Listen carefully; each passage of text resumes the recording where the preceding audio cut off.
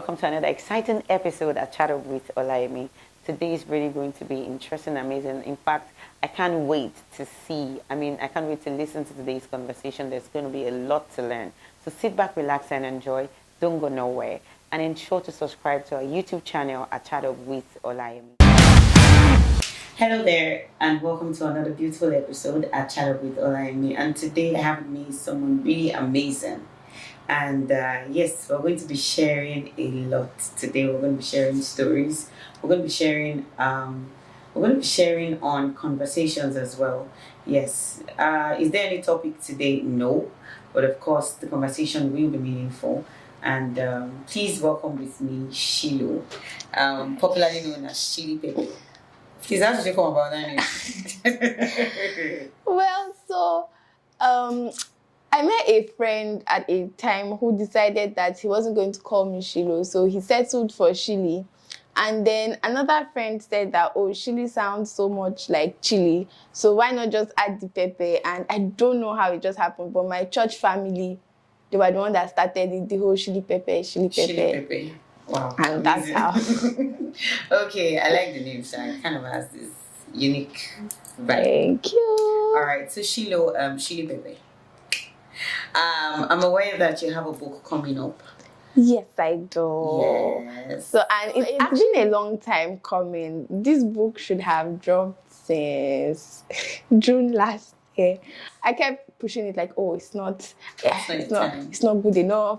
It's not this, it's not that. But I've decided that regardless, that book is going to drop June this year. Wow, that's amazing. So you already made the decision. Yes, I have. And I'm sure you started taking steps towards obviously, there are people who are dragging me by my wig on a daily basis. That's good. That's one thing, for you to have good people around you. So guys, she has a book coming up, and this book, I am sure that it's filled with lots of great content that we all should read about. Yes. I think Shiloh's life is one thing to read about as well. Yeah, I've had a very amazing life. Okay. So she said she has had a very amazing life. That means there are interesting events that have taken place that you'd love to share with us. Yeah. Okay, so we're all ears, we're all for it. All right. So a huge part of my story is the fact that I have a daughter, and I had her when I was 18. Did you hear that? Anna, when what? You were how old? I was 18. Okay, please tell us how it happened. So I think that for everyone who becomes sexually active before they are supposed to, there's always a backstory of abuse or something like that. So growing up, we had this house help. She was a female, but she used to do stuff. So it really didn't feel so bad because, I mean, she was a woman too. But whenever she had to bathe me, I was in primary school then, she would always touch me. And then when I got into secondary school, we had an uncle come stay with us, and he was addicted to pornography big time. So there was a day my brother saw, the CDs in his room. And then whenever nobody was home, I would sneak into his room too. Out of curiosity. Yeah. It wasn't like I was even watching it though, but I would sit down with all the packs of the CDs and look, through all the multiple styles that were on the cover and all of that. And then by the time I, got out of secondary school and I was waiting to gain admission, I remember talking with a friend. Oh, it was when I went for pre-degree, in FUTA.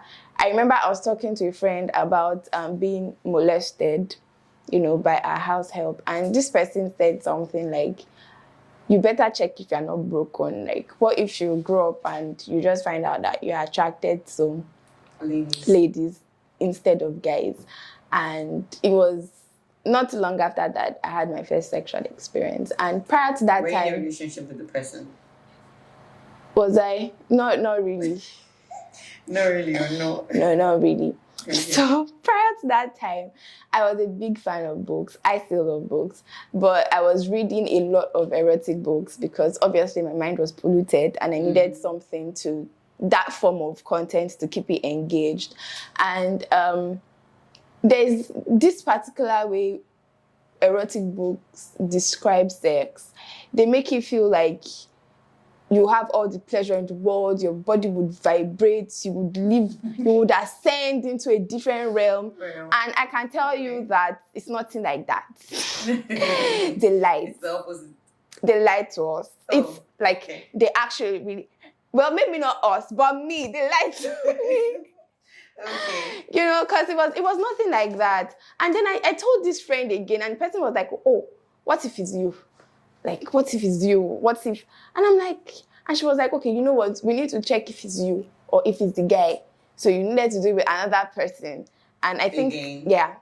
Wow. And I think that was how it began. And by the time I was 18, I was pregnant. And okay, wait. Hold up. This is a lot for me right now. So the people that you got involved with sexually, did you have any relationship with them? some of them I did. Oh, okay. They were relationships. Yeah, they were The person relationships. who eventually got you pregnant, were you in a relationship with him? Yeah, at the time I was, but then I realized that, oh, so being exposed to things as a teenager is, when it comes to it's actually not healthy. Now I'm talking about things like sex and all of that, because the person I got pregnant for, I remember when my dad found out I was pregnant, and he was like, so do you love this person enough to get married to this person? And I was like, no.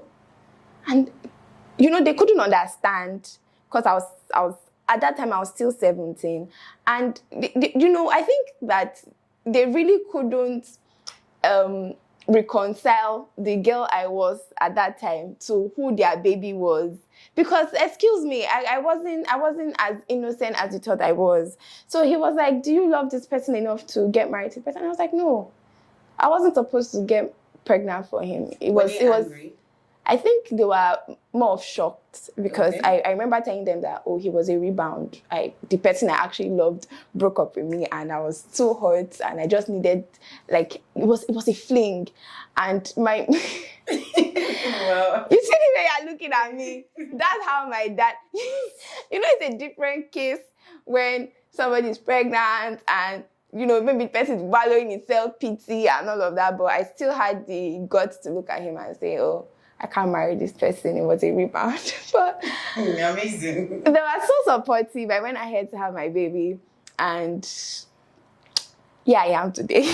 Okay, so all throughout you were pregnant, you were staying with them? No, I wasn't. You weren't? Okay. Yeah. They took me out of Lagos. I think Okay. my dad understood the fact that if I stayed in the area, I was going to have to deal with a lot of stigma, you know, from people in the area, like, I'm a pastor here, That's risky. yeah. So he took They're me. praying to pastors. They're pastors. Wow. That says a lot.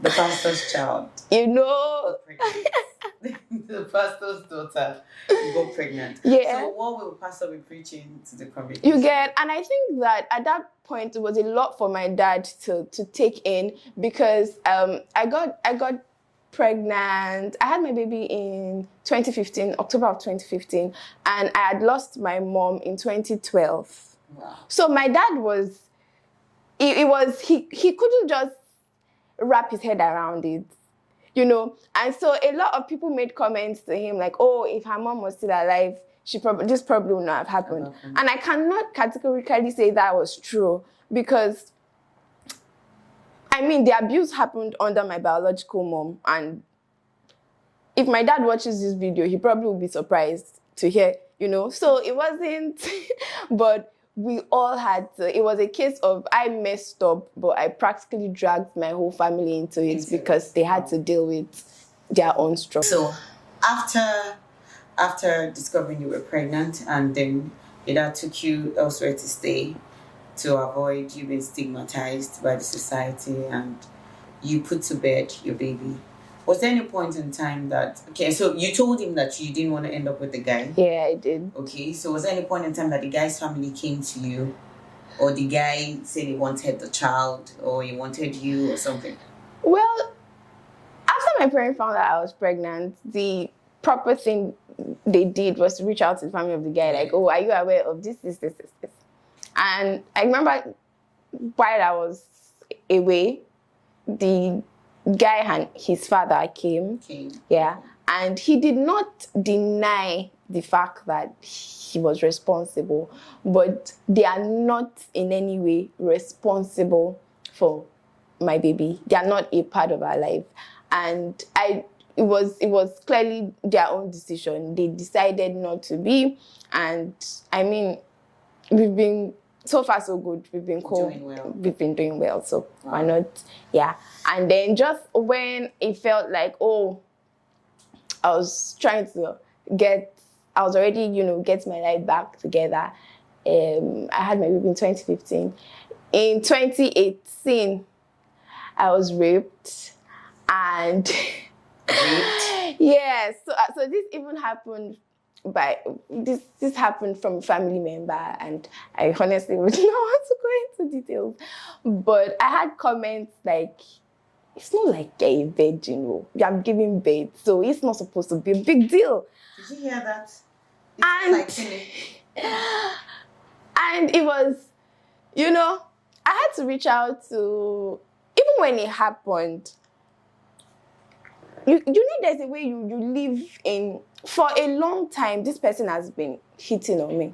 And I think I told my dad, or rather he saw it, because obviously when somebody begins to make you uncomfortable, you begin to avoid the person. Mm-hmm. So he saw it. He saw that whenever this person talks to me, I'm always very nasty.